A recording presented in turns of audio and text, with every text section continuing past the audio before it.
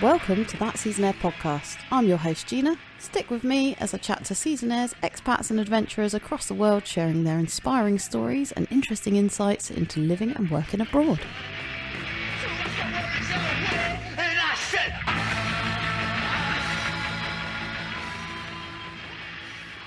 On today's show, I catch up with seasonaire turned writer, the incredibly talented Angela Kirwin. I applied for a huge big promotion to manage the substance misuse teams in the northwest of England, and at the same time applied for a job to be a rep for Crystal Ski and got both jobs. And I was just like, I need to go with my gut here. And my gut was like, nah, just go skiing for 6 months. And it was meant to be this like break from my life to figure out what I wanted to do next. And then it became my life. Tune in as I get Angie's full story from prison worker to published author. We hear Angie's season stories across France, Slovenia and Austria, and stick with us right to the end of the show as we get the lowdown on Angie's pandemic experience in Italy and find out how she ended up running a marathon during lockdown. This episode is supported by Dope Snow, who are going to be hosting coaching sessions and rail jams at this year's Rise Festival in Les Deux Alpes, France, which is happening from the 9th to the 16th of December. Head to the show notes below to find out more about the events they're hosting this winter. And without further ado, here's the show. Angela Kirwin, welcome to the show. How are you doing? I'm good, thank you. Thank you so much for having me. I know it's been kind of a long time coming to have this conversation, and I'm really excited about it. Absolutely stoked to have you on. So thank you so much for giving me the time today. So we know each other from doing seasons together a long time ago now, wasn't it? Yeah. Gosh, when was that? Like Meyerhofen 2018, 2017, something like that. So tell us a little bit about yourself. Whereabouts are you from and what's your current situation? I am originally from Manchester, and I then kind of spent a lot of time. I moved down to Bristol for a few years and lived in London for quite a while. And it was from London that I jumped abroad and started doing seasons. And now I am in Italy, in northern Italy. I work from home primarily as a writer now. Yeah, and I'm in Bolzano at the moment, but trying and in the process of buying a house in Piemonte, so over near the Via Lattea ski area at the moment. And hopefully, maybe when this comes out, I might actually have the new house over there. Oh, well done. Congratulations on that. That's awesome. Thank you. It's one of those kind of like fingers crossed Italian bureaucracy things, but we're getting there. So tell us how you went from being in the UK to then going across and doing seasons. Is that something you always thought you'd do? I don't think it's something I always thought I'd do, because I didn't leave and start doing seasons till I was like 28. So in the UK, I worked in social care, trained as a social worker, and ended up working in prisons full time. And I absolutely loved it. I did social care in prison for years, and it was brilliant until like the pressure of being in a prison every day was just massively intense. So kind of through all that, to kind of deal with the craziness of the job, I did loads of big endurance sports. I started to do marathons, triathlons, like Ironman, trail running.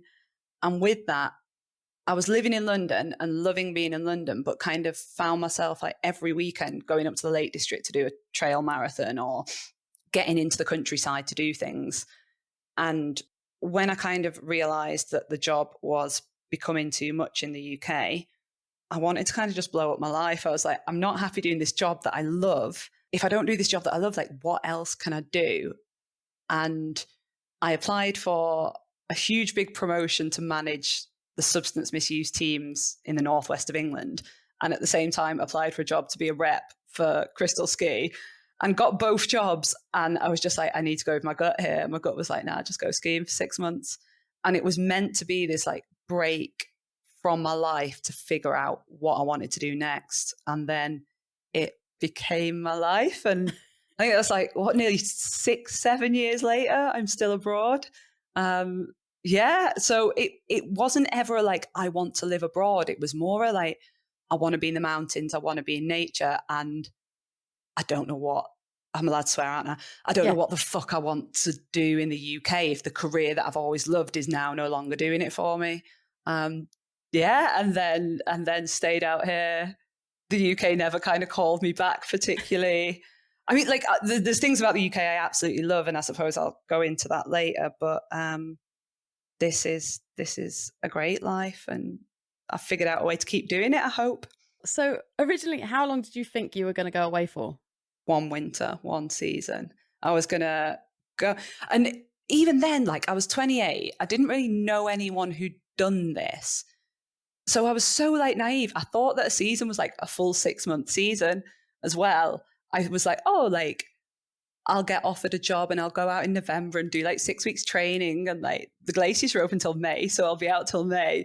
I had this like view that it would be just this like 6 months easy ride where I'd be skiing every day and I'd become this really cool backcountry skier, and then I could go back to the UK and like carry on with my career. And none of that is true, and none of that happened. Yeah, I was kind of similar to you as well, because I think I was 29 when I did my first season, but you had a bit more knowledge about it than I did. I think I literally knew nothing, but I was the same. I thought it was 6 months, and like, yeah. Has anyone ever interviewed you about like your... Not yet. Okay, maybe I'll suggest that to you later, because that'd be so interesting to hear. Because I don't, yeah, it's weird, I think, to do it at that age. Perhaps it doesn't feel like there's either like people really young doing it out of uni or out of school, or people who are like in their 50s come and do it as well. Like, yeah, for sure. But that middle age, I don't see many other people like that, perhaps. Mm-hmm. So you only thought you were going to go away for 6 months. Where did you end up going on your first season? Val d'Isère. So I was in France, in the big party town, in the big ski area. And I absolutely loved it. I'd been on holiday there a couple of times, snowboarding, and it's a great place. I think when we got interviewed for the job, you're allowed to like put down your top 3 places to go. And I was like, I'd been snowboarding, I'd been on holiday a few times, but I'd not really like, I wasn't like these people who've been doing it since they were 4 years old. I think I learned to snowboard when I was like 20, 21. So I kind of just looked at like which are the biggest ski areas, and it was like Villeurbanne, Montgenèvre, Val d'Isère, and like Val Thorens or something. I just picked like the biggest areas that everyone knows about and was like, yeah, cool, I'll go to one of them, and ended up in Val d'Isère. You were the manager for Crystal, is that right? No, I started off completely just as a rep. Oh, okay. It was like after my first season, I ended up moving up to manager jobs, but just as a rep. And it was really, so we got the coach out there. It's back in the day when you got the like 30-hour coach. And there were people who'd done like 2 seasons before. And I was like, oh my God, they're so cool. Like they know everything. And they've got all these like in jokes. And I was like, oh my God, like I'm such an outsider here. But we arrived and we did the training in Val d'Isère. It's when like everyone from the whole program went out to the same resort to train together. And when I say that I thought we'd have like 6 weeks of training before we started, I didn't think the training would be actually about the job, because I kind of forgot that I was out there to do a job. So we're like sat in training, having these like PowerPoint presentations about how to manage a transfer day. And I was looking out the window being like, why are we not on the mountain? I didn't realize like I actually had to sit in a training session. It was this real weird situation where I just thought that reps didn't really do any work. And I just thought I'd kind of get to party and ski. And then this rude awakening of, yeah, you get to party till 3 a.m., but you also have to get up at 7 a.m. and be sat in training for 8 hours. Yeah. So I suddenly realized like, oh God, this is actually a job as well, isn't it? Which was funny that it only dawned on me on my first day that I'd actually have to do some work to get paid. But yeah, so disappointing, isn't it? I know. Totally, this work malarkey totally ruins our holiday. Oh God, I know. All this not getting free money to do nothing. But yeah, I ended up living in an accom with Shell and a girl called Rosie, and hilariously in Val d'Isère, this accom we were in was like known as the Crackdown. And the reason this is hilarious is because then when I moved to Meyerhofen, I moved into the accom known as the Crackdown. Yeah. So yeah, we were in this like tiny little apartment right in the middle of Val d'Isère, 3 of us crammed into these 2 rooms. But because our apartment was the one like in the middle of town, it was the one where everyone came to pre-drink. It was always an absolute shithole. I feel like every resort has a Crackdown, at least one. In fact, I think every Seasonaire calls their accommodation the Crackdown. even now when like they put them up in really fancy places these days, and they're like, oh my God, it's a Crackdown. But yeah, and I made like, the girls I lived with were just amazing. Like Shell, who she'd done a few seasons before and just kind of she helped me get over this absolute shell shock of like, what am I doing here? And that was so good. And those two are like best friends for life. So yeah, shout out to Shell Waller. She is my manager as well now. Oh God, yeah, I forgot about that. Good friend and manager. and it was I think like everything that's happened since I moved abroad has just been this like serendipitous like good luck, because it was only because I lived with Shell, who'd done a summer season as well, who said, why don't you apply to do summers? And as I said, like I'd always thought like one ski season, then I'm done, I'm out. And then when she was like telling me about how awesome summers were, I was like, oh, okay, like I might as well apply for a summer. And because of that, because I lived with her, she told me to apply for a summer and I did. That's what's kind of kept me going on this like year-round season journey. But yeah, Val d'Isère's mad. It's got clubs that are open till 4 a.m. You can go out every night of the week. It's got amazing après, or it did have. And that's kind of what I did. I just went bananas for 6 months. Nice. I ruptured my ACL whilst I was there, which meant that there was very, very little skiing, snowboarding happening.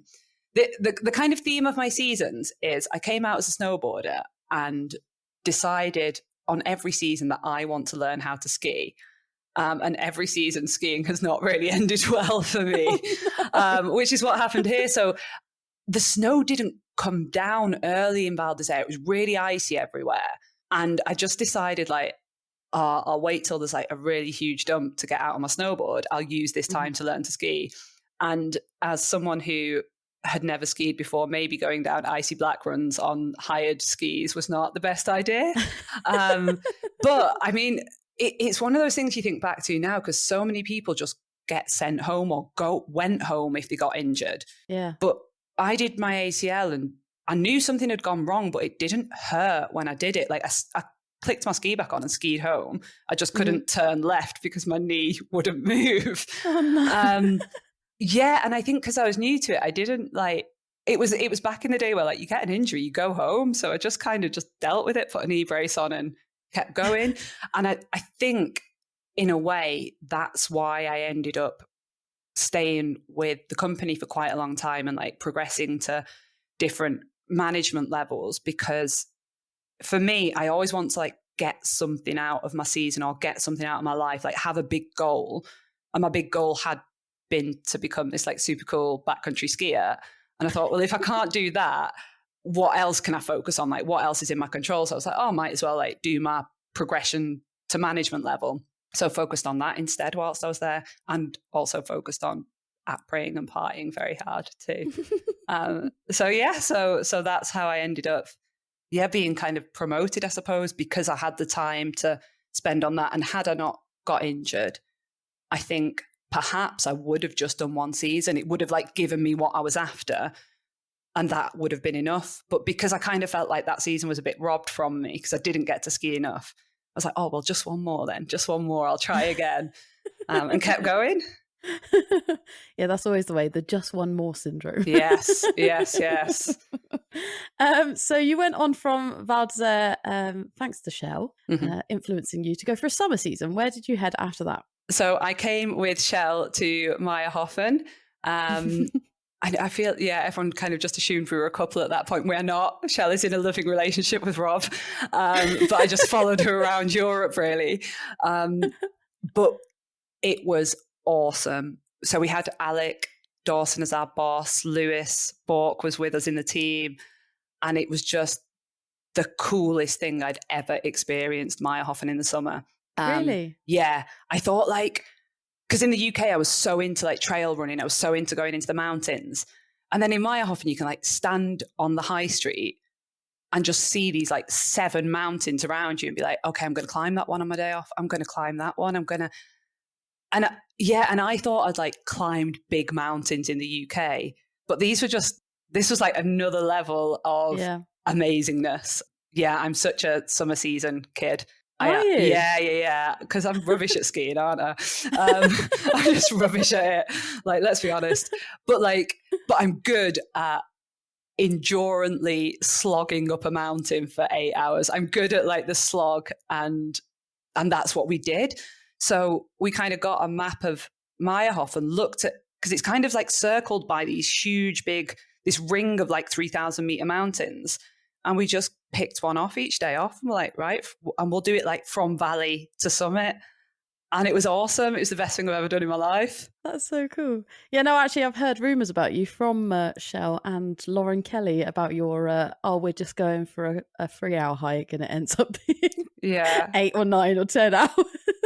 Yeah, I mean, we did some big full days. But it wasn't even like just the hiking. It was like, okay, let's go up to Akensay and like spend the day at the lake. Let's go rafting. Let's go via ferrata, like doing via ferratas, proper via ferratas for the first time in that summer season was just so mind-blowing for me. So you did the summer here in Mayrhofen, and were you here for the winter that year as well? Yeah, and then stayed on for the winter. After that winter in Mayrhofen, where did you head after that? So yeah, I was manager. So I became manager of like what we would call like central Austria. So technically I lived in Kitzbühel, but I spent most of my time in St. Johann and was in charge of Kitzbühel, St. Johann, like Elmau, Schäffaui, those kind of like little resorts around Sol and around Kitzbühel. So lots of little resorts. And how did that differ at all? Was that quite similar to Mayrhofen? Because obviously it's still in Austria. Yeah, it felt less like extreme and doing these really, really big things. I don't think that was because I was manager. I think that's just more on different seasons, you get a different team vibe. And whereas when I'd arrived in Mayrhofen, I was like the new summer rep who'd never seen these huge, big, cool mountains. And I was with a team that quite liked doing big adventures. The next summer, I was like the experienced one who was like, let's go and do this via ferrata. Whereas I think the team were all quite new. So I think we had more of like chilled activities. It was more like would go on a hike, but it would be like a 3-hour hike, not a 10-hour one, or would go and spend a lot of time by the nice lakes that are in that part of Austria as well. So I think it was a lot more relaxed that summer rather than doing big extreme things.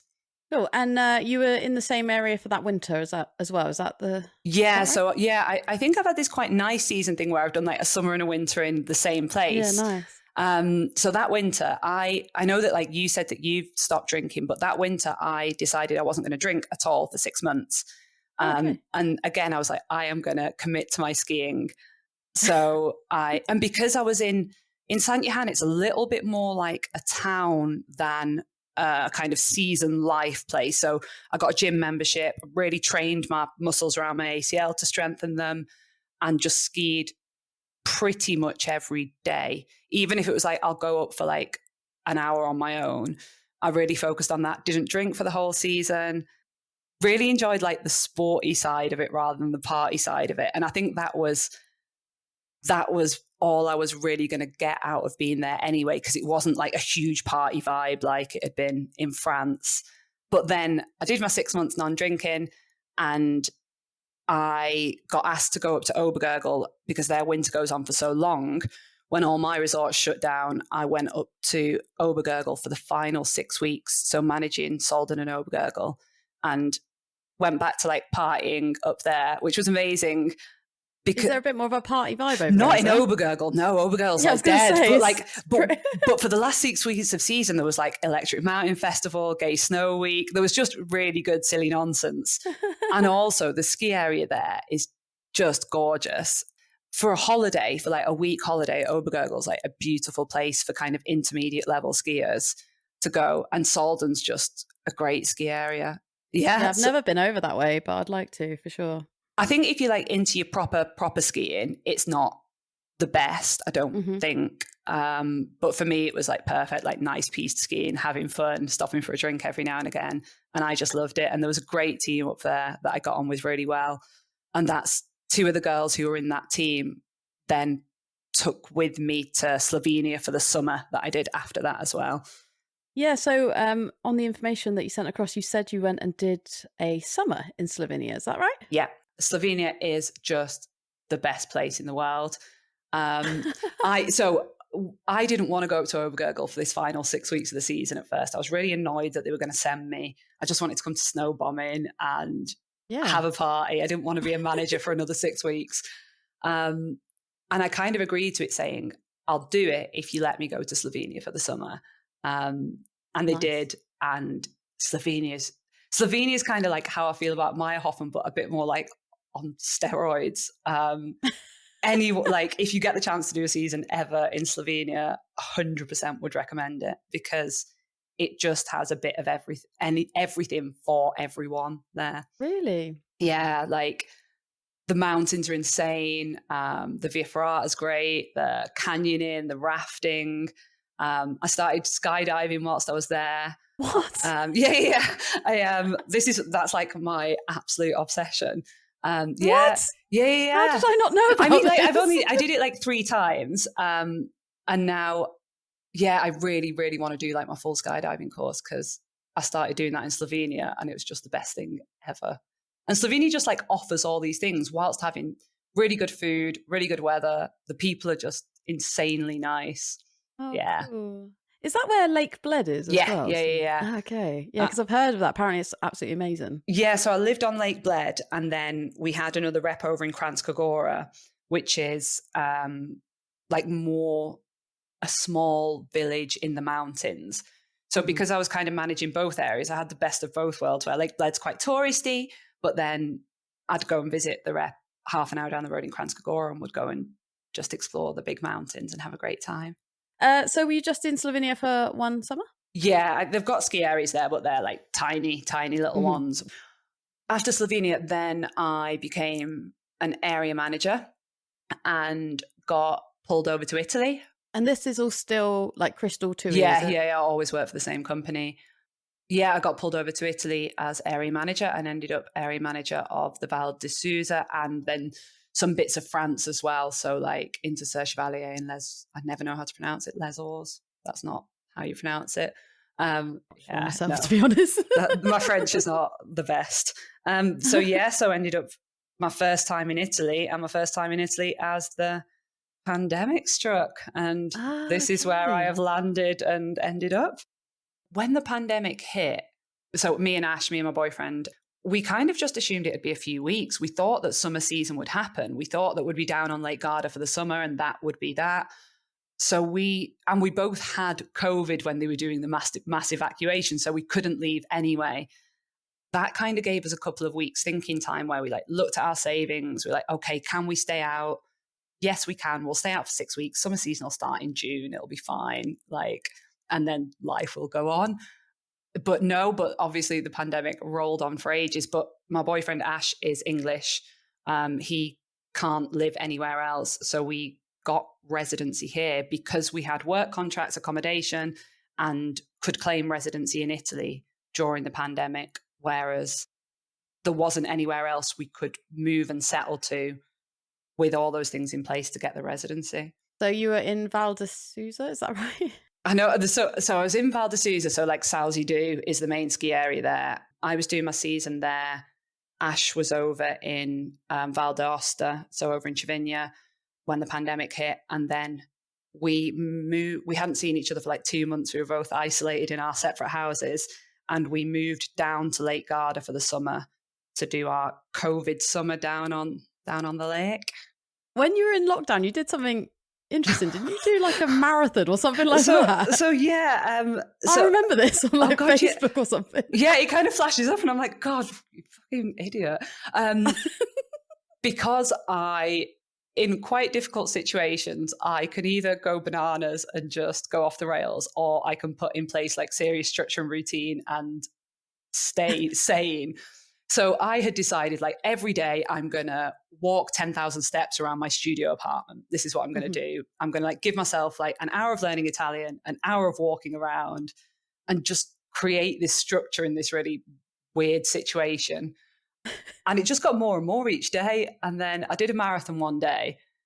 And then Ash was like, well, why don't you do it for charity? And I was like, no, because everyone knows I've run marathons. No one sponsors people who've already done marathons. Mm-hmm. And he was like, well, what if I do one in my apartment? Because we were like isolated separately. So yeah, on the same day, we both did marathons running in circles around our apartments. And I think we ended up raising like nearly €2,000 for Crisis. Oh, wow. And I think it was because it was so early on in lockdown. I don't think the UK was even in lockdown yet. So everyone felt really sorry for us and didn't realize it was like all coming to them soon as well. And loads of people sponsored us, which was great. So yeah. That's amazing. Well done. Such a random thing to do, but yeah, perfect. Well, I don't think I didn't have a TV, or I didn't know what else to do to pass the time. And it was literally like on my own in this studio. So yeah, it just seemed like a sensible thing to do to pass the time. It takes like 12 hours to run a marathon when you're doing it in a like 40 square meter apartment. It's not easy to get those steps in when you're in such a small space. So yeah, after that you were due to go to Lake Garda, was it? Yeah, so we were meant to have jobs on Lake Garda for the summer season. So we were like, well, let's just move down to Lake Garda anyway. I'm sure summer will start soon. So yeah, we moved down to Lake Garda every kind of 2 weeks, looking at our finances, being like, okay, well, like if lockdown goes on one more week, like we've got a bit more savings in the account, it'll be fine. Just kind of assuming that everything would be okay, and ended up spending the whole summer not working, living on Lake Garda, which sounds like an absolute dream. And like, believe me, like I understand it was a bloody nice way to spend the lockdown. But I think with hindsight, it's easy to forget at the time, like we didn't know where the next paycheck was coming from. We didn't know if we'd ever have a job again. It actually, for me, was, even though it should have been like, we're not working for the first time in our lives and finally I'm doing a season and I can enjoy it, it felt quite insecure to me. And I don't actually think in the moment I particularly enjoyed it. I just felt really worried about money and really worried about like my career. But it also, there were moments of like absolute joy and wonderfulness, of course, as well. And just the lockdown was like very, very strict. So we could still go on like, no, I think when we first got to Lake Garda, we weren't even allowed to walk more than like 5 kilometers away from our house still. So even though we were in this beautiful place, like we couldn't do very much to begin with. I remember like for the first month, we would walk to an ice cream stand because the ice cream stand was allowed to do takeaways only. And we'd like walk to an ice cream stand and like buy our €1 ice cream cone because that was like the budget we had for spending on like fun dates, and eat our ice cream. But then we got furlough eventually, and it felt a lot more stable, and we were able to kind of like lean into it and just enjoy it a bit more, I suppose. Did it ever end up opening up for tourists that summer? No. Well, it did, in that tourists started to come, especially German tourists, to Lake Garda. But I think TUI decided relatively early on to pull the program. So I think we knew by June that the program was pulled and it wasn't going to happen at all for the summer then. And then it became a case of like, okay, well, we'll ride it out until winter will start again. So we only need to get through our savings until November because the winter season will start again. And then that didn't happen either. So what happened next? So where were you due to go after Lake Garda? I don't think they'd even decided. I assume they thought would go back to because Ash and I were both area managers at that point. So we both assumed I'd go back to Val d'Souza, he'd go back to Val d'Aosta, and we would continue the season that never was and just like go back to how it was before the pandemic. But in the end, we moved together up to Cervinia for the winter season.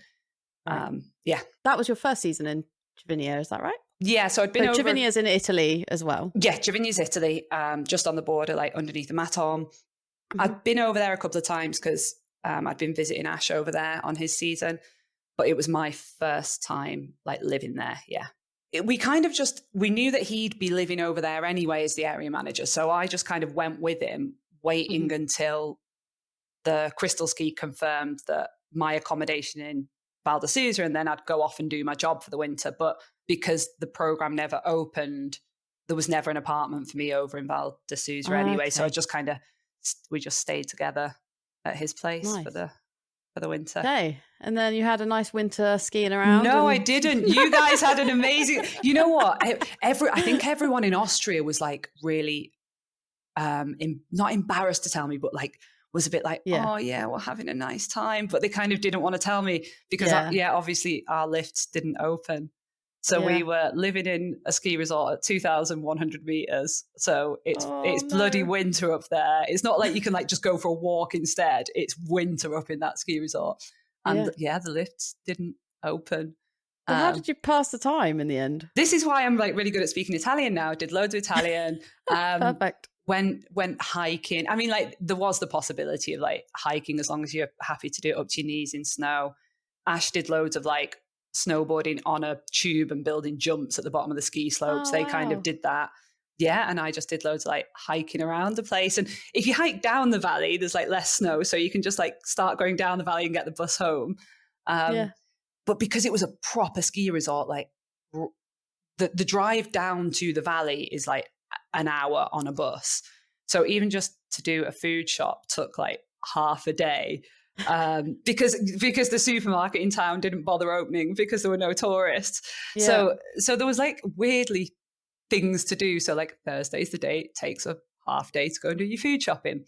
So yeah, lots of Italian lessons, lots of hiking, lots of cooking. Yeah, and lots of writing for me as well. So yeah, so is that when the idea for the book started, or because you've written a book, it's called Criminal? Yeah.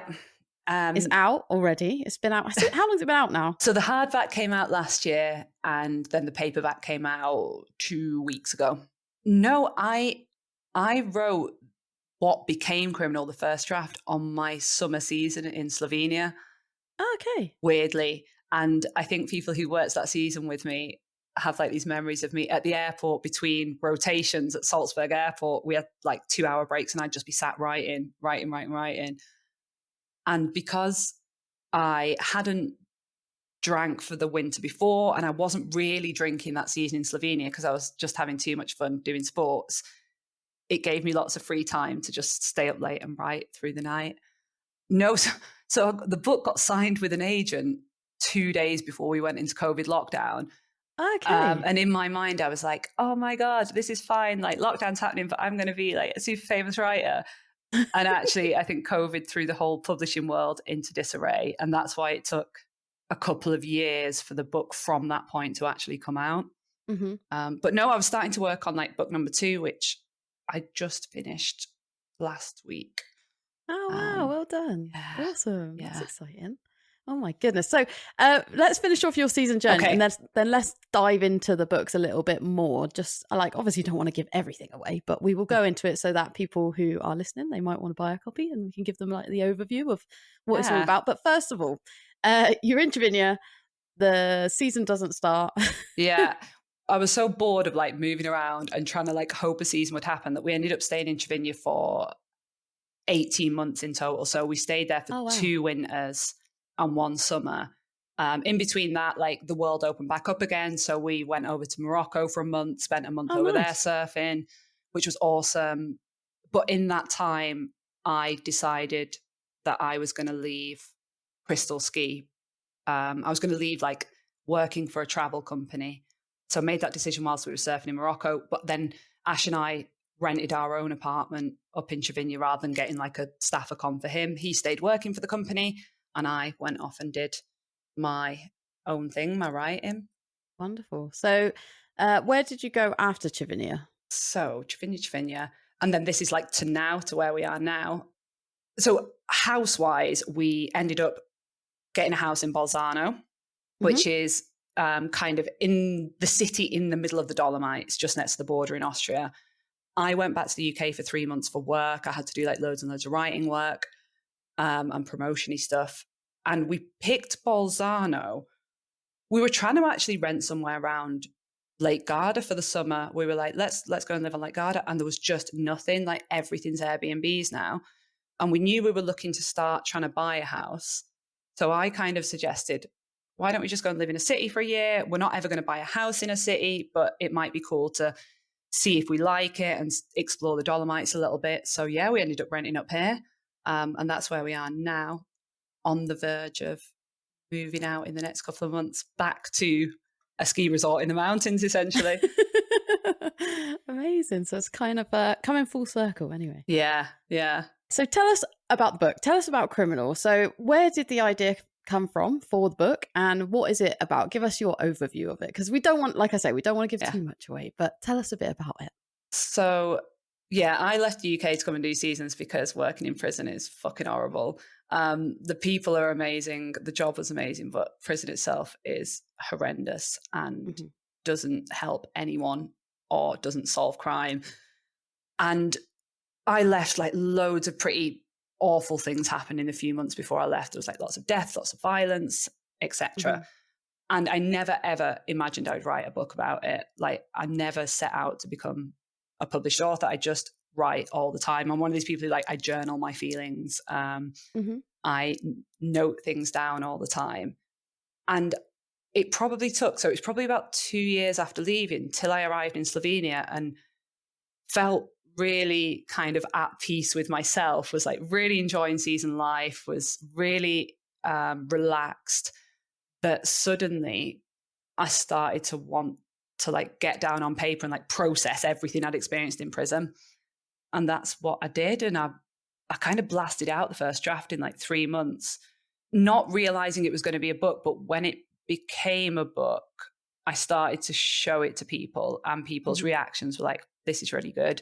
So yeah, so it's about the state of the prison system. It's about the people who I worked with in prison, most of the men I worked with, and the problems they face in their lives and kind of the reason they're in prison. And then a look at, like, why our prison system doesn't work and what we can do to make the world, like, a safer and fairer and better place for everyone. So it's very angry in places about what we do now, but hopefully also very entertaining in places when I try to humanize the people who are in prison. Yeah. And that's book one. And how's it going? How's it all been?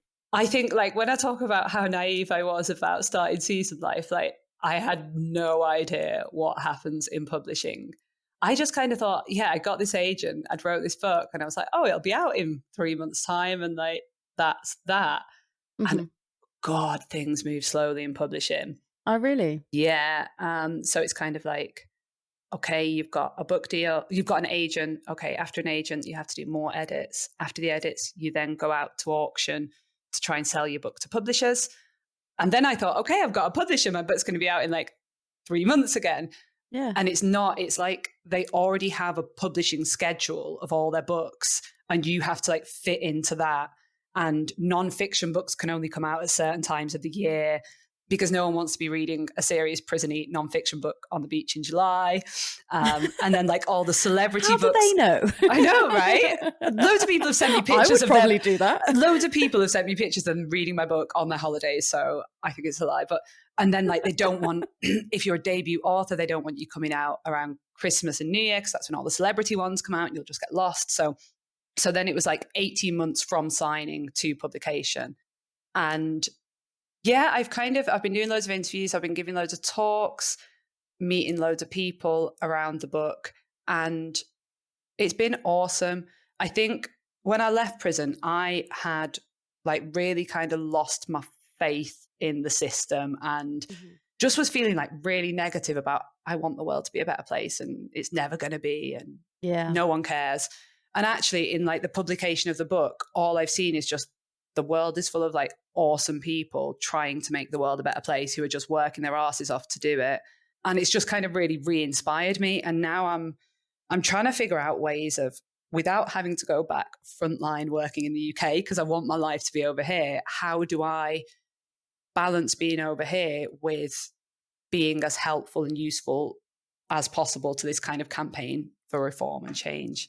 But there are plenty of inspiring people I've met who are kind of helping me on that journey now. That's incredible, Ange. Listening to it and your passion for it and how your kind of thought process has changed, it is fantastic. So well done. And obviously now we're looking forward to the next book. Yeah, the next book. Are you able to give us anything on that, or are you keeping it under your hat? No, like, I'm happy to start talking about it because I've actually figured out what it is and, like, finished the first draft now. But it's not been sold or anything yet. It is, like, I think this is the scary thing about writing. You kind of sit there plowing hours of heart and soul into it and hope that it will make you some money in the future, but you don't actually know. Yeah. So it kind of started out as this like real joke, New Year, New Me book. I was going to just do loads of New Year's resolutions, do them all at once, like smash the year and evolve and emerge into this transformed, perfect version of myself. Okay, so it's not to do with the prison system at all? Not at all. Nothing. Okay, so completely different. Okay. It's kind of like evolved towards that, but I can explain that in a bit. But essentially, in this process of like trying to become this whole like new year, new me, having this realization that no matter how many like quick fixes I try, or like I think we were talking about before, like, okay, I'll just change my living situation, I'll move abroad, I'll blow up my life, I'll do these things. This realization that like I'm still there at the end of it, like I'm still me, even if I'm in Austria or Italy, and like maybe we need to dig a bit deeper and deal with like what's actually going on in your little brain. And that the kind of like made me start to, for the first time, really kind of address my ADHD, which I've known that, like, I was told I had ADHD when I was 18, but I kind of did nothing about it. I was like, oh, I've got this thing that just makes me a bit annoying sometimes, without actually understanding what it was. So I've kind of been on this, it sounds like so cliched to say, doesn't it? But like this journey of figuring out who I really am and what happiness looks like, and like happiness in a kind of calm way rather than a I'm happy because I climbed a massive mountain, I'm happy because I've skied a big ski area, kind of just like day to day knowing I will be happy no matter where I am in the world. And that's just made me like really address my ADHD. So this book is kind of all about women with ADHD, what it actually looks like, especially in women, and what I've found has been really helpful for me to learn to manage it and learn to like myself with it. Yeah, amazing. And the reason that's kind of like now come full circle and back to prison is because the more I start telling people this is the project I'm working on, the more my connections and people I know from writing the prison book are like, oh, what about ADHD in the prison population? What about ADHD in the kids that get excluded from school? And I'm like, shit, yeah. Like when I worked in prison, I didn't even think at the time, like maybe this is symptomatic of ADHD. I just thought, like everyone does in prison, like they're just being naughty because they're in prison. And I'm now starting to do like lots and lots of research on that link between ADHD when it's channeled kind of in a not destructive way, like in a go and do some extreme sports or move abroad, or those are real like positive ways of dealing with ADHD.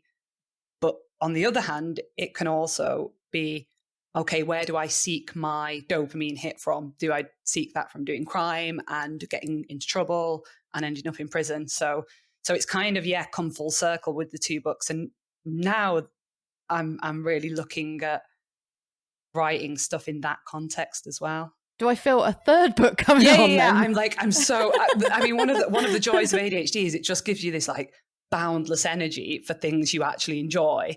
Like if something bores you, you're just never going to do it. But if something interests you, you're just going to hyper focus in on it. So already I'm like, right, okay, how do I figure out how to write book number 3 kind of about ADHD and neurodiversity just in our society in general? And I think it sounds like I'm like grasping at straws to make it relevant to season life, but I think it's so relevant because like the normal education system, the normal jobs, the normal life in the UK, like most of us leave that and come and do seasons because we're like, that's not where we fit in. That's not where we want our lives to be. And I think that society's set up to tell us like we should just be sat in an office 9 till 5. We should just get shit-faced at the weekends and then be happy with that.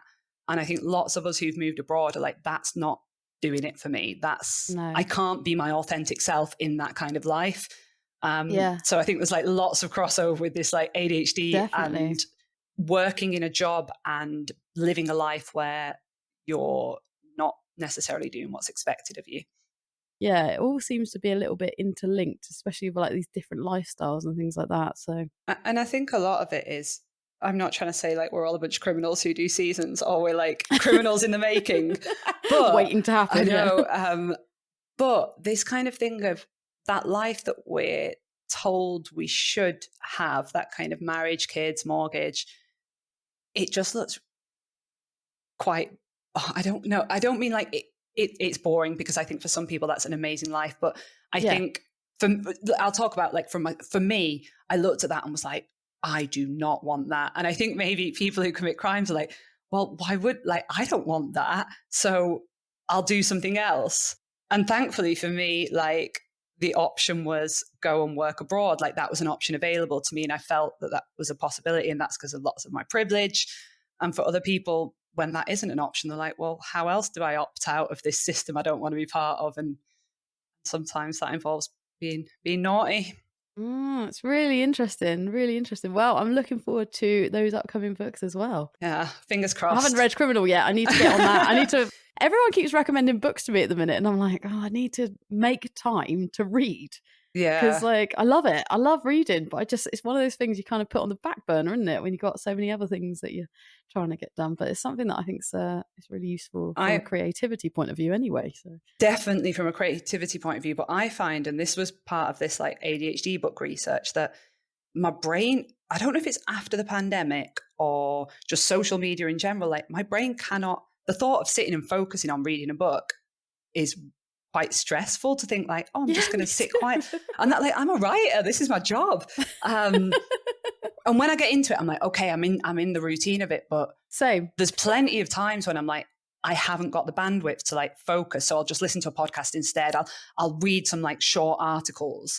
Yeah, I listen to lots of audiobooks. So funny. Yeah, me too. Mm-hmm. I spend, and the audiobook of Criminal is me chatting. So you'd have to listen to my horrible Mancunian accent, but they've got a really good sound editor who's made me sound not too. Maybe that's the way I'll do it then. Yeah. Maybe I'll download the audiobook. Is it on Audible? It is on Audible. So me in your ears for 6 hours talking about criminals. Sounds good, mate. We've done it for like about an hour now, so it's been a delight.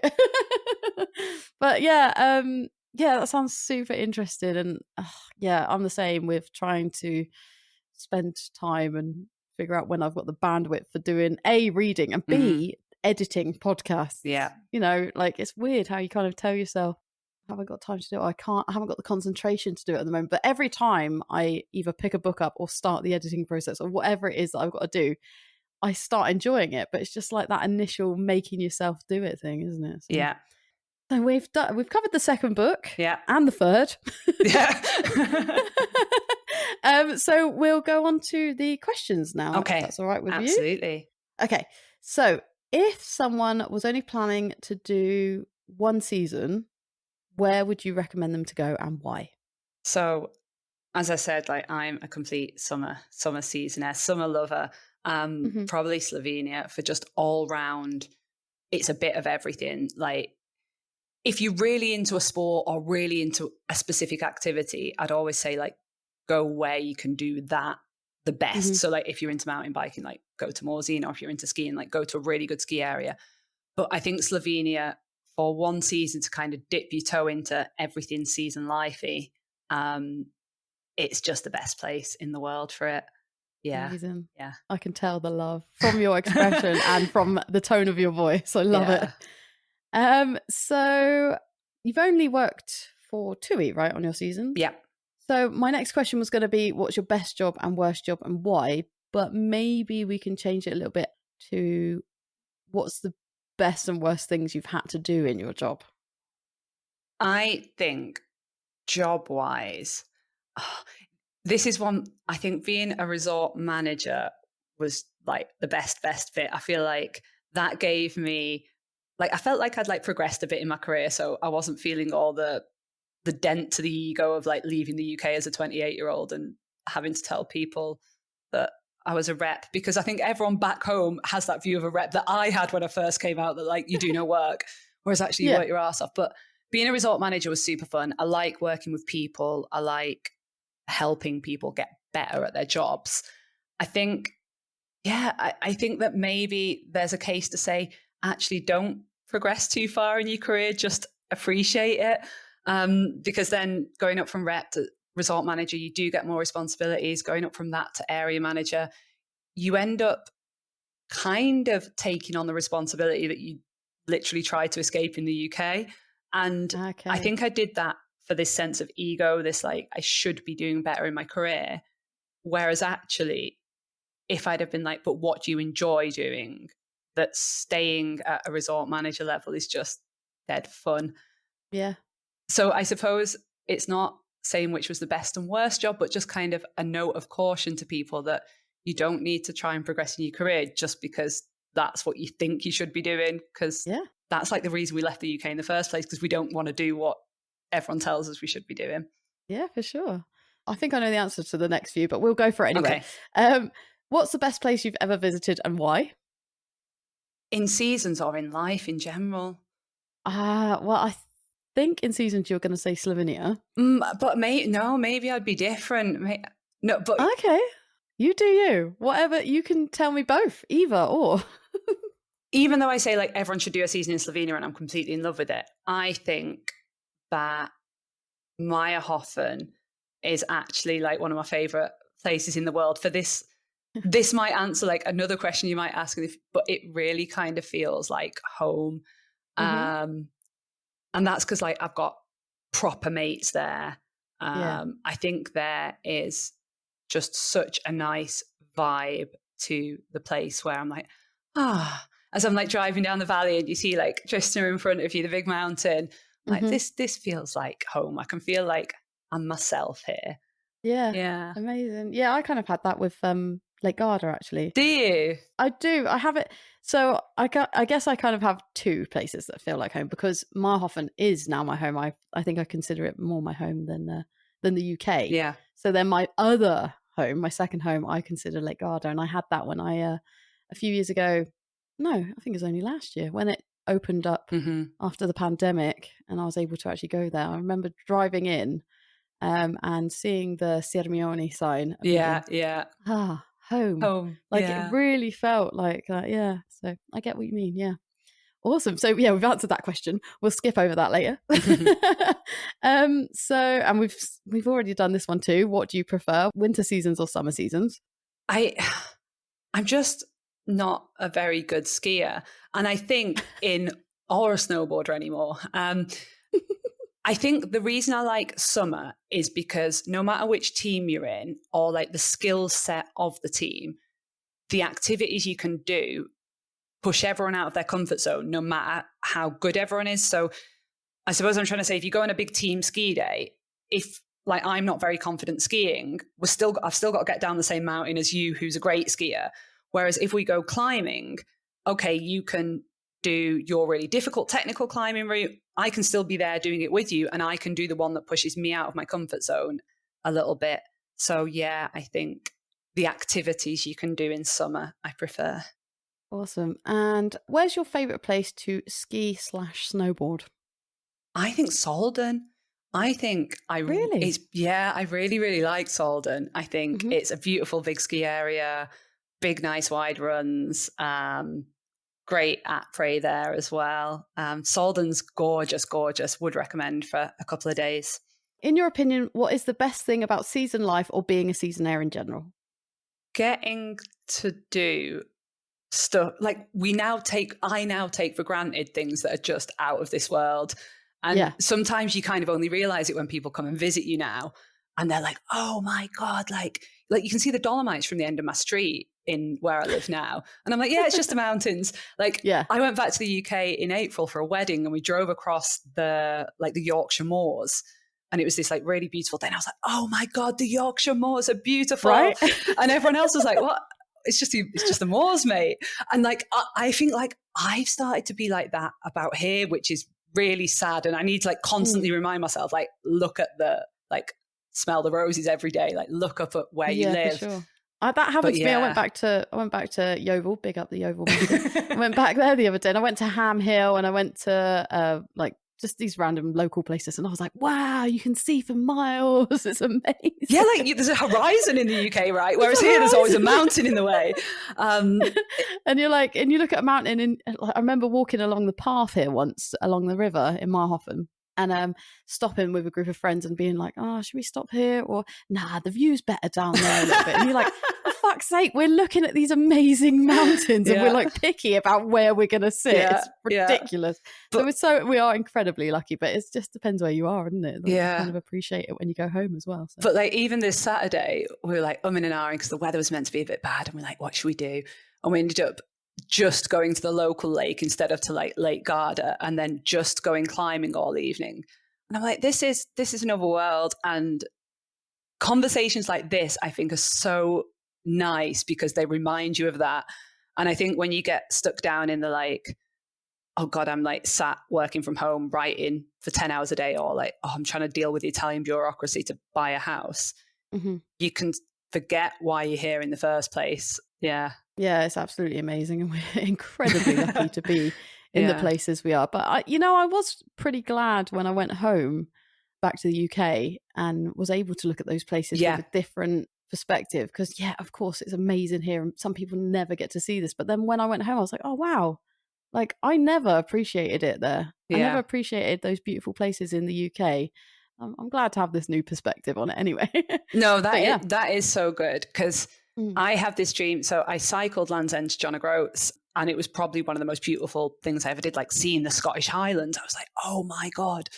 And I have this dream one day of like hiking the same route I cycled. So the bike ride takes like 10 days. The hiking takes like 60, because I do think like the natural beauty of the UK is insane. Maybe you just have to like look for it a little bit more, perhaps. Yeah, definitely. Right. So can you tell me about a challenge or difficulty you faced during your Seasonaire journey, and what did you learn from it? So not very many people know, but last winter I like smashed my leg in 17 pieces, got helicoptered off the mountain, and I'm now full of metal. And I don't know if it's because they just gave me really fucking strong drugs in the helicopter, or I was like in that much pain that I think when your body goes into that much pain, it somehow kicks in this, like, it just dumps adrenaline and dopamine on you to make you survive. But in the helicopter, as I was flying off the mountain, I was like, I very much had a conversation with myself being like, I'm going to be the happiest ever person with a broken leg. I'm not once going to like be sad about this. I'm going to like absolutely like be hilariously smash this 3 months whilst I'm recovering. And I didn't really tell anyone because I couldn't face everyone being like, oh my God, like, I'm so sorry for you. Finally, after COVID and not skiing for 2 years, then smashing my leg to pieces. But I was like, I can't face it. I'm going to be okay. And I really, really was. And I was really, really happy, even though I had this broken leg, because I decided to be really happy about it. So like got myself an online personal trainer, did like, have you seen that video of that like 90-year-old lady who does like chair cardio and she's like giggling away? I was like, I'm going to be like her. I'm going to be so happy doing my chair cardio, listening to Meatloaf in the living room, and like wrote about it every day and practiced Italian. And I think what it taught me was that, again, very cliched, but like, it's not what happens. It's how you deal with it. And that can be on both sides. Like your life can be looking great, like it did during the COVID summer on Lake Garda, but I wasn't happy. It didn't matter what was going on outside. I just didn't feel happy. Whereas when bad things happened and I decided to just get on with it, enjoy myself, like life was a lot nicer. Amazing. Yeah. Oh, that's awesome. So it made me, I think I feel like a lot more resilient now because of that. Yeah. What's one thing you wish you had known before going on your first season? I think I was like worried about like being the weirdy older rep. I think I was like super worried about being like the weird old one and everyone thinking I was weird. And I think I just would say like, just don't worry about it. Everyone's secretly like panicking about where they fit into this weird new life. Yeah. And like, you'll find your tribe. And just like, I told you this, I'm not a like very fun person. I'm quite serious about everything. And I think just be like, but that I was is like, not true. No, I was just like, just be like less serious about it all. Like, stop taking it so seriously. It's just a bit of fun. And like, even that season pre-COVID, so up until March, like worked super hard thinking like, oh, in March we'll start to ski hard and have loads of fun. And now looking back, it's like, oh, just have fun in the moment, because everything goes into lockdown. Just enjoy it a bit more, I think. Yeah, no, that's great advice, 100%. Are there any opportunities or unlikely experiences you've had that you wouldn't have had if you hadn't left your home country in the first place? Yeah, I think this is that kind of like ripple effect or like butterfly effect of just one decision leading on to like everything. Mm-hmm. Ash and I have been together like 4 years now, wouldn't have met him on Season Life. And like, we are the unlikely little couple. We would not have started dating had we not met on Seasons, I don't think. Oh God, I hope he agrees with that. But even things like, I wouldn't have become a writer. I wouldn't have done this, I don't think. Mm-hmm. I don't think I'd have been brave enough to quit my job and be like, I'm going to be a writer as a job. Wouldn't have got my little puppy. Yeah, like, it's awesome how just making those like blind leaps of faith kind of you end up leading to the point where you are. And I think it's great. All of it's great. Yep. Your biggest fears are usually your rescue, aren't they? So definitely. Yes. I think that's an Incubus lyric. Meaningful. Very. Deep. When you're away, mm-hmm. what is the thing you miss most about the UK? Okay, so there's like the really quick, easy answer, which is like proper fucking tea bags. Oh my God, Europe. Proper tea bags and fruit cordial. Like, oh, yeah. I brought back 2 litres of Ribena last time I went back to the UK, and I'm like, glorious, glorious Ribena. So yeah, that's the quick answer. Proper tea bags. I have like cupboards of it in supply because everyone who comes out to visit, I'm like, bring me the good stuff. But I think for me, and maybe this is a slightly different thing about leaving when you're a little bit older, like I really miss my people back in the UK. I think I do have quite a solid crew over there, a solid group of friends.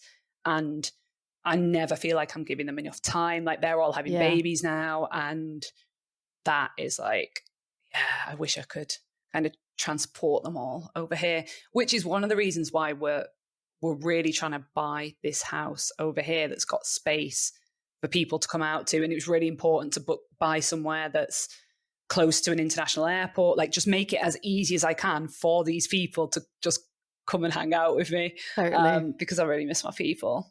Mm-hmm. Yeah. If you could go back and give your younger self one piece of advice, what would it be? Stop worrying about things. Like, just do it. Like, the world doesn't cave in. And usually if you are brave and jack in your job and move abroad or like agree to do anything, if you agree to it and say yes, you'll figure out a way, and it always usually ends out for the best. So yeah, just be brave, go like 2 feet in and embrace it. And on the topic of advice, what's the best piece of advice you've ever received, and what's the worst piece of advice you've ever received? So I've been trying to like think of an answer for this, and and one of them was when Alec Dawson was my manager in the summer of Meyerhofen, and he told me that sometimes my communication style is aggressive rather than assertive. Which is completely true. And I think I got really angry at him for saying it. I was like, I'm not fucking aggressive, which proved the point, didn't it? But I think it's taken a good few years for me to like really take that on board. But I think really that was great advice, like trying to work out how I speak to people and trying to make that a bit nicer. Worst advice. Oh God, it'll be something stupid like, yeah, it was like Shell who was like, oh, of course you can ski this black run, and then I like fell head first down it on my like first week on skis. Yeah, something like that, I think. So we're blaming Shell. Yeah, blaming Shell for that. No, she wasn't the leg break injury. That was a different fall. I think it was actually Rob, Shell's partner, Rob Smith, who was on the podcast. I think it was episode 5, maybe. He nominated you to come on, I think. He did. Yeah. Rob said I should come on. Any other worst advice? Oh God, I once, going out to Scotty's the night before a transfer day and was like, you'll be fine. It'll be fine. No. I think it was like the first and only time I've done a proper like big night before a transfer day, and it ended up being like an overnighter the next day. And just don't do it. Rough. Kids don't. Suicide Fridays. I don't know whether they call it Suicide Friday or Suicide Saturday. We were Suicide Saturdays because of our transfer day. Yeah, don't do it. It's a killer. Yeah. Don't do it. Just don't go to Scotty's on a Friday night. It's never a good idea on a transfer day to do a transfer day hungover on a sweaty, hot bus. That makes you question your life choices. That makes you not want to live abroad anymore. So. Right, so we talk a lot about mentors on the show. Have you had any mentors who've helped you out on your journey? Yeah, I think I've been like really, really lucky in this job to have like really good managers on the whole. And I talk about like Alec a lot because he's still like a really good mate. But I mean, Alec definitely enjoyed a party on a season life, but he was my team leader and he just really coached me, really, really good. And then my manager, when I became an area manager over in in Italy, Liv, again, was just kind of showed me how you can be a manager without having to be strict or without having to be soft, just being really, really good at their job and just bringing out the best in me. And I think I kind of, hopefully by osmosis, have like learned some of their skills in doing that. I've never been a manager actually, but I've had a few bad ones. I've had a few good ones. So there's definitely a skill involved in it. Yeah. And it's hard to like put your finger on it, but when you get a good one, you're like, oh yeah, I feel really supported. But yeah, like I said, don't be a manager, just have fun. Yeah, don't do that. Who wants to be doing spreadsheets on a Sunday? Oh. So do you have any quotes or sayings that you live by? Oh gosh, that's put me on the spot. Yes, I do. And it's a really like hippie spiritual one that's like a meditation chant, but it's essentially translates to like something like, be where your feet are. Okay. I think I'm always like worrying about what's next, what's happened.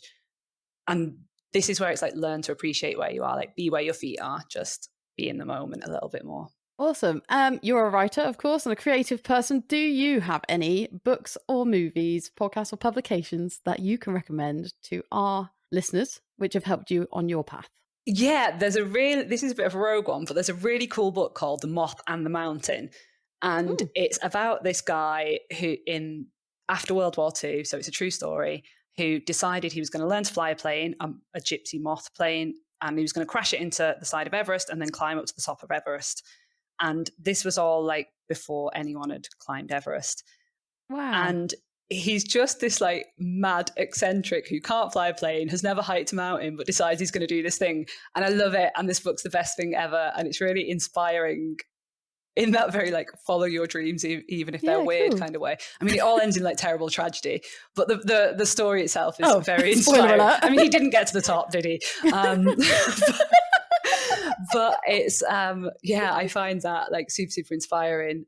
Anything else? I think I really like this podcast. I think I've really, really liked listening to some of the stories of like, people like when Rob talks on here. And you had one of your guys who's a windsurfing instructor, I think. And Sandy. Yeah. And just hearing those stories of these guys just living absolutely brilliant lives kind of always reminds me. Yeah, I love it. Thanks for listening. That's awesome. What's one myth that you would like to debunk about season life? I know everyone says this on your podcast, but the when you're going to get a real job thing. Christ alive. Like, I worked in prison and being a rep's way harder. Like, really? Longer hours, the people are worse. Like, I just think like, so working with customers is harder than working with criminals. Yeah, I think so. I think put that as your tagline, Crystal Ski. Oh God, no. So I think genuinely doing a rep job is harder than working in prison. I think there's this kind of view that the people who work seasons are just bumbling about and don't really do much work. And I swear, like, the most intelligent, like, thinking on their feet, common sensey people I've met have been doing this job. And I know there's like lots of people who aren't like that who do the job too. But I do think that, like, if I ran a company and people who had been seasonaires applied, I'd be like giving them a job in an instant. Like, they can do anything. Like, they can move from dealing with like someone with a broken leg to dealing with a plane that's like landing over in Klagenfurt instead of at Innsbruck. Yeah, I think it's a really hard job, and the people who do it really well have mad Mad skills, yeah. Yeah, like resourceful. Yeah, 100%. Yeah, you do have to think on your feet a lot, so perfect. The next question, it's my mum's favourite question, Marglinda. What's one thing you take with you everywhere you travel, or do you have any travel hacks? So always take the tea bags with you. I think the thing I do now that's beyond food and drink is the plug adapters. Oh, yeah. Just take your big plug adapters with you. Make sure you've got all your plugs organized in one place, I think, because I don't remember it being quite so bad in Austria, but in Italy, like you get like one plug socket in a room and that's it. Yeah. Italy's weird as well because they have like 2 different plug sockets in some of their... Yeah, we have the 3-pronged thick, the 3-pronged thin. So take every adapter known to man with you. Another massive one for me is I've got like an eye mask with Bluetooth speakers in the ears. Cool. So this is for like when you're living in super noisy environments. Get some sleep still whilst you're on a season because you can't keep having fun with it. I sound like my mum now. Get a good night's sleep every once in a while. Yeah, you need to recharge those batteries if you're going to keep going out. Awesome. Overall, what's the biggest lesson learned from living and working abroad? That you should, in life, do what actually makes you happy rather than doing what you think you should be doing. Perfect. Is there anything that seasonal life has brought to your current life? I guess we kind of covered that a little bit already. Yeah, I suppose I'm in this weird stage where I'm now like I'm definitely not a seasonaire anymore, but I'm trying to figure out now, can you have the best bits of season life and all the fun combined with all the stability of a home and settling down? And I think there is probably a bit of give and take. I think you probably can't ever get that balance perfectly right, but I'm trying to bring like the fun and excitement and the like enthusiasm for trying new things into a life that's now looking a lot more stable and like a normal life. I will come back to you on if it's possible. Put a pin in that one. Yeah, let us know for sure. If you hadn't gone and done your first season, what do you think you'd be doing right now? Wow. I don't know if I would still be working in social care because although that was like the job I loved, I don't know if I could have continued doing it. I guess you had to go to uni and study for that. Yeah. So I did an undergrad, and then to be a social worker, you have to do a master's as well. Well, yeah, the way I did it, you had to do a 2-year master's. I would probably be doing something in social care. I think I'd have probably moved out of London purely because London is the best city in the world in your 20s, but in your 30s, if you want to buy a house and not share a house with 5 roommates, I'd have probably moved back to Manchester. Yeah. Manchester's a lovely God city, knows. Though. Nice place. It is these days, but I think that's the thing of like, I grew up there, so I'm like, it's horrible. Yeah. Now I go back, I'm like, I love it. Yeah. So yeah, probably in Manchester, working a job that was all right, doing some nice outdoorsy stuff at the weekends, but yeah.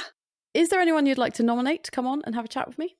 So I think like we both know most of the same people, don't we? Yeah. But I've got a friend called Jan and a friend called Kaylee. They're a couple. They're kind of from all over the place, but they're not British, but they've worked now doing seasons traveling around. Oh, cool. And they're about to go and do a year over in Australia. So Jan and Kaylee, I think their story is different in that they're not like of British or Irish origin, but they've still done this kind of season life as well. Amazing. I'll send over their deets. Yeah, for sure. Hopefully you can put me in touch with them. So is there anything you'd like to promote? Yeah, you can go and buy my book, but I'm always really shy to promote it. It's really good. And if you have bought it, please just leave a review, because I suppose, as you say in your podcast, like reviews mean everything to the algorithms. They do. Even if it's a shit review, just drop a review. Like, don't care if it's a 1-star. It helps the algorithms, unfortunately. All right, so everyone out there, go and buy the book Criminal. Where can they get it? Everywhere. So like, you can get it if you're abroad. You can get it on like Amazon Deutsch, Amazon Italia. Yeah, everywhere. Just type in Angela Kirwin criminal, and it will come up. Perfect. And then go and leave a review once you've read it or listened to it. Leave a nice review. Come on, 5 stars, people. Not 1 stars. Come on. Thank you. This is where you're like really bad at promoting your own stuff, so you need someone else to do it for you. Thank you. What is next for you? So we've heard already that you're working on the next book. Mm-hmm. But yeah, what's next in your plans? So the big dream, fingers crossed, is buying this big, stupid, collapsing house just below a ski resort in Val di Susa. And I don't want to like jinx it because bureaucracy here is insane, but we're making progress on this. So hopefully by the end of July, we're going to have a big house to renovate and a big house for everyone to come and visit us in. Yeah, I think my absolute future dream of trying to combine all these different lives would be to have like a huge big retreat place where charities can bring out kids from cities who've never been to the mountains before, and it's just a big space for kids to come and enjoy all these outdoor activities we do and maybe see that a life of crime is not the way when you can go skiing instead. Yes. Yeah, well, that's the like overall goal. That's amazing. That's so cool. And now you've put it out there, put it out into the universe. You're going to manifest that. Yeah, I think sometimes you've got to like say these are your goals, and then it makes you actually figure out how to do them. Yep. Awesome. So where can people find you? We said there where you can find the book. Yeah, I'm kind of on all the normal social medias. I think because of like all my book stuff, I do like lots of stuff on Twitter now as like Angela Kirwin UK, like LinkedIn. I do like lots of blog posts. But yeah, I write every week and post it on my website, which is just angelakirwin.com. Perfect. Can you give us one parting piece of advice for anyone thinking about becoming a seasonaire or starting a new adventure? I would say just go for it, like do it. I think the kind of aftermath of Brexit has left everyone a little bit scared or unsure. I think places like France are opening up. British people can go and work there now. If you've got any Irish relatives, go and get your Irish passport.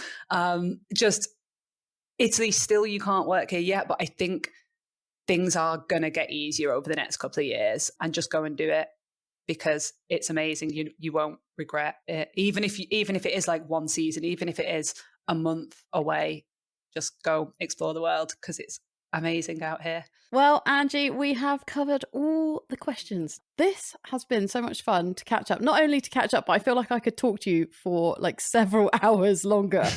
It's been awesome catching up. And yeah, hopefully I will see you soon. I'm going to come over your way and to visit everyone. Again, Angie, thank you so much for coming on the show today. It's been an absolute pleasure. And have a lovely rest of your day. Hope everything goes well. Thank you. You too. That was awesome. Such a delight. I could talk to Angie all day long. Thanks again to the incredible Angela Kirwin for coming on the show today. Don't forget to check the show notes for a link to Angie's book Criminal, which is out now. If you enjoyed today's show, make sure you hit the subscribe or follow button on your favourite podcast player to be the first to hear new episodes as they come out. As always, thanks to Mike at Mike's Sports Bar for the studio space. Thanks to sponsors Dope Snow. Thanks to Mondo Wave for the music. And thanks to you guys for tuning in. See you all again next time.